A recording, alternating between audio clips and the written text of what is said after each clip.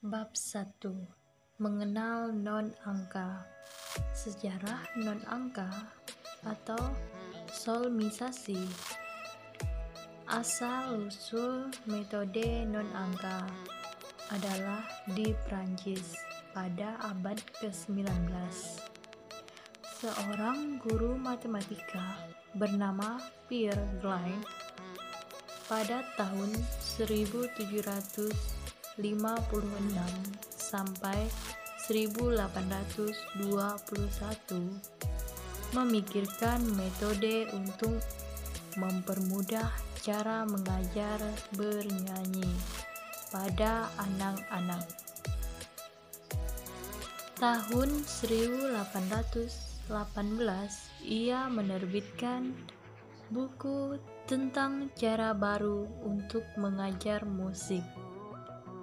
Kemudian, Glyn bekerja sama dengan seorang siswa bernama Aime Paris, adiknya Nanain Paris, dan suaminya yang bernama Emile Thiers. Pada tahun 1844, mereka bertiga memperkembangkan notasi dengan angka-angka yang kemudian dipakai di Prancis, Swiss, Belanda, Inggris, dan bahkan di Rusia. Meski ditentang oleh para pakar musik, dipakai secara luas dalam sekolah pendidikan guru, tidak hanya untuk mengajar anak-anak. Nah, dari Belanda ini, metode non-angka dibawa ke Indonesia dan diperkenalkan di sekolah-sekolah dalam buku nyanyian, termasuk buku nyanyian gereja. Meski di Eropa menjelang akhir abad ke-19 ditinggalkan, namun di Indonesia tetap bertahan. Mengapa? Alasan utama karena dengan mudah dan murah dapat ditulis not, misalnya dengan mesin ketik. Sedangkan menulis dengan rapi atau mencetak not balok jauh lebih sulit. Alasan lain ialah bahwa non-angka merupakan suatu metode ideal untuk melatih pendengar relatif waktu membaca angka atau nada.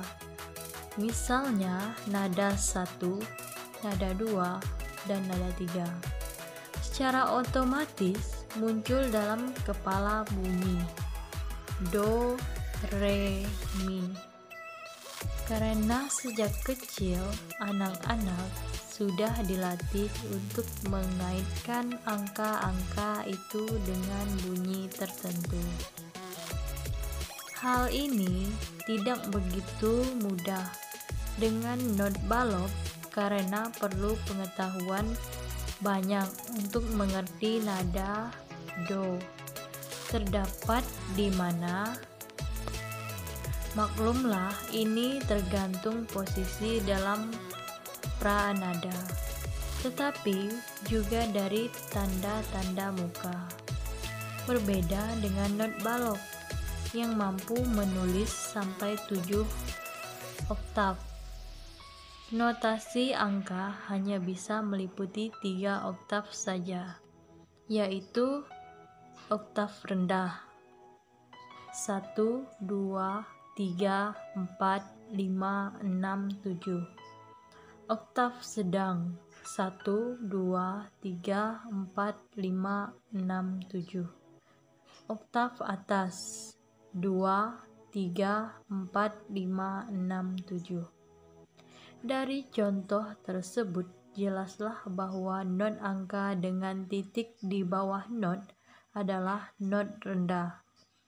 Not tanpa titik adalah tinggi. Normal atau sedang.